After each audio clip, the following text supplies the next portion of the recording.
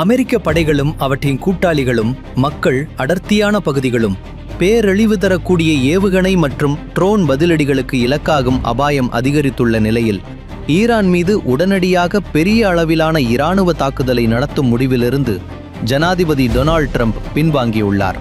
இந்த சூழ்நிலை அமெரிக்க இராணுவம் மற்றும் பிராந்திய கூட்டாளிகளிடையே தீவிர கவலைகளை ஏற்படுத்தியுள்ளது. இதேவேளை கடந்த பல ஆண்டுகளில் இதுவரை காணாத அளவிற்கு வலுவான புவிசார் அரசியல் எச்சரிக்கையை சீனா வெளியிட்டுள்ளது.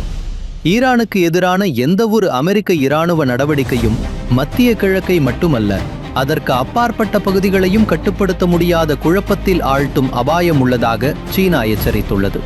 அமெரிக்க போர்க்கப்பல்கள் பிராந்தியத்தை நெருங்கி வருவதும் வாஷிங்டன் தெஹ்ரான் இடையிலான பதற்றம் பல தசாப்தங்களில் இல்லாத அளவிற்கு தீவிரமடைந்துள்ள சூழலிலேயே இந்த எச்சரிக்கை வெளிவந்துள்ளது. இந்த அதிகரிக்கும் பதற்றத்திற்கு பதிலளித்த ஈரான் எந்த ஒரு மோதலிலும் தாமே ஆதிக்கம் செலுத்துவோம் என தெரிவித்துள்ளது. தெஹ்ரான் அல்லது அதன் உச்ச தலைவர் மீது தாக்குதல் நடத்தப்பட்டால் அதன் விளைவுகள் அமெரிக்காவின் கட்டுப்பாட்டிற்கு அப்பாற்பட்டதாக மாறும் என்றும் ஈரான் கடுமையாக எச்சரித்துள்ளது. இதற்கிடையில் ஐக்கிய நாடுகள் சபையில் சீனா நிதானத்தையும் தன்னடக்கத்தையும் வலியுறுத்தியுள்ளது. இராணுவ நடவடிக்கை மிகவும் ஆபத்தானது என்றும் அது முழு பிராந்தியத்தையும் கணிக்க முடியாத ஆழமான படுகுழியில் தள்ளக்கூடும் என்றும் சீனா எச்சரித்துள்ளது.